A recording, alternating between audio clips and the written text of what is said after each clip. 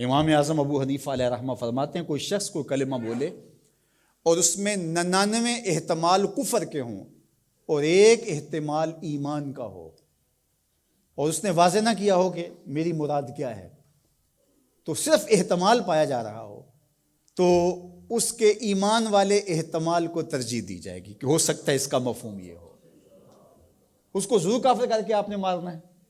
تو یہ جلد باز مفتی جو ہوتے ہیں، بلکہ وہ آج کل اصطلاح چلتی ہے فیس بک کی مفتی اور نابالغ مفتی، فتوے کو بھی کم از کم کوئی پختہ عمر آدمی ہو تو وہ فتویٰ دینا شروع کرے۔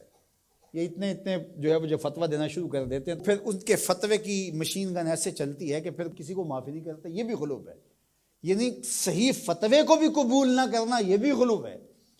اور دوسرا یہ ہے کہ بس تم فتویٰ دینے پہ تلو اور دیکھو نہ کہ وہ کیا کہہ رہا ہے اور ایک دم فتویٰ جڑ دو، تو یہ بھی غلو ہے۔ تو فتویٰ یہ شریعت اسلامیہ کا ضابطہ ہے، مفتی شریعت نے بٹھائے ہوئے ہیں۔ حضور کے زمانے میں اور حضور علیہ السلام کے بعد باقاعدہ صحابہ مسائل بیان کرتے تھے، فتویٰ دیا کرتے تھے، لیکن حضرت صدیق اکبر رضی اللہ تعالیٰ عنہ کا زمانہ آپ دیکھیے، آپ نے 7-8 لوگوں کے علاوہ کسی کو جو ہے وہ اجازت نہیں دی تھی کہ وہ فتویٰ دے۔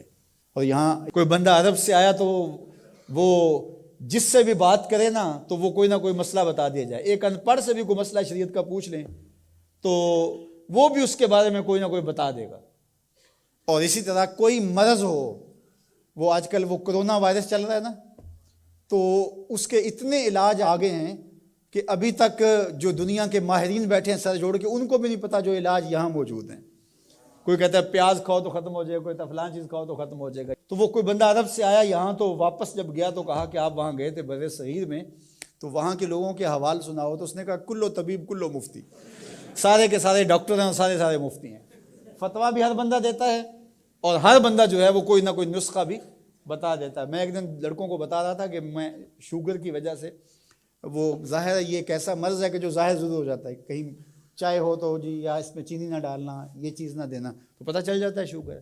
میں نے کہا میرے پاس شوگر کے اتنے نسخے آ گئے ہیں کہ اگر میں چاہوں تو جو ہے وہ اس پر کئی جلدوں میں کتاب لکھی جا سکتی ہے۔ تو یہ نہیں ہے، یہ اسی کا حق ہے جو اللہ کے محبوب علیہ الصلوۃ والسلام نے صحابی سے فرمایا کہ جاؤ فلاں ڈاکٹر، اس زمانے کا طبیب تھا، فرمایا اس کے پاس جاؤ، وہ تمہیں کھجوریں دے گا۔ یعنی علاج بھی خود بتایا لیکن فرمایا اس کے پاس جاؤ۔ اللہ اکبر، یہ میرے حضور نے راہ عمل دیا، اور اگر میرے حضور اس کے پاس نہ بھیجتے، کسی ڈاکٹر کی دکان ہی نہ چلتی، کسی حکیم کا کاروبار ہی نہ چلتا، تو تم میڈیکل سٹور سے لے کر دوائی نہیں کھا سکتے، تمہیں ڈاکٹر اور طبیب کے پاس جا کے جو ہے وہ لینا پڑے گا۔ تو یہ فتویٰ بازی اور فتویٰ یہ دو الگ الگ چیزیں ہیں۔ یعنی ایک طبقہ وہ ہے کہ جو اس غلو میں آ جاتا ہے کہ کسی کی زبان سے کوئی بات نکلی نہیں ہے، اس کا مفہوم بھی واضح نہیں ہوتا تو اس پہ فتویٰ دے دیتے ہیں۔ اور دوسرا طبقہ یہ ہے کہ وہ صحیح فتوے کو بھی رد کر دیتے ہیں، یعنی وہ کہتے ہیں چھوڑو جی یہ فتویٰ بازی ہے، یہ وہ فتویٰ بازی کہہ کے شریعت کا کوئی پھر مسئلہ ہی نہیں بتا سکتا، پھر مفتی ہوتا ہے کس لیے ہے؟ تو مفتی کا تو کام فتویٰ دینا ہے، جہاں غلطی ہوگی تو وہ بولے گا کہ یہ غلطی ہوئی ہے، اس کی اصلاح کی جائے۔ افراط و تفرید کے یہ دو راستے ہیں کہ کچھ لوگوں نے شریعت کو اتنا آسان لے لیا، اتنا سہل لے لیا کہ جو مرضی کرتے رہو، اور وہ کیا کہتے ہیں جی دین میں کوئی جبر نہیں ہے، اور آیت کیا پڑھتے ہیں لا اکراہ فی الدین، دین میں کوئی جبر نہیں، حالانکہ اس کا یہ مفہوم ہی نہیں ہے جو لوگ لے رہے ہیں۔ اس کا مفہوم یہ ہے، قرآن کی پوری آیت پڑھیں، لا اکراہ فی الدین قد تبین الرشد من الغی، کہ حق اور باطل واضح ہو گیا، یہ کفر ہے یہ اسلام ہے، تو جب واضح ہو گیا تو کوئی جبر نہیں، کوئی اسلام لانا چاہتا ہے تو لے آئے۔ بندوق رکھ کے کسی کی گردن پہ یا تلوار رکھ کے نہیں کہا جائے گا کہ تو کلمہ پڑھ ورنہ تجھے کاٹ دوں گا، یعنی جبرن کسی کو مسلمان نہیں کیا جائے گا۔ قد تبین الرشد من الغی، حق اور باطل کے راستے واضح ہو گئے۔ لیکن اس کا یہ مفہوم لوگوں نے لے لیا کہ دین میں کوئی جبر نہیں ہے، مطلب کیا کہ جو مرضی کرتا پھرے۔ میاں جب تم اسلام لے آئے ہو تو پھر اسلام کی پابندیاں تو تمہیں قبول کرنی پڑیں گی۔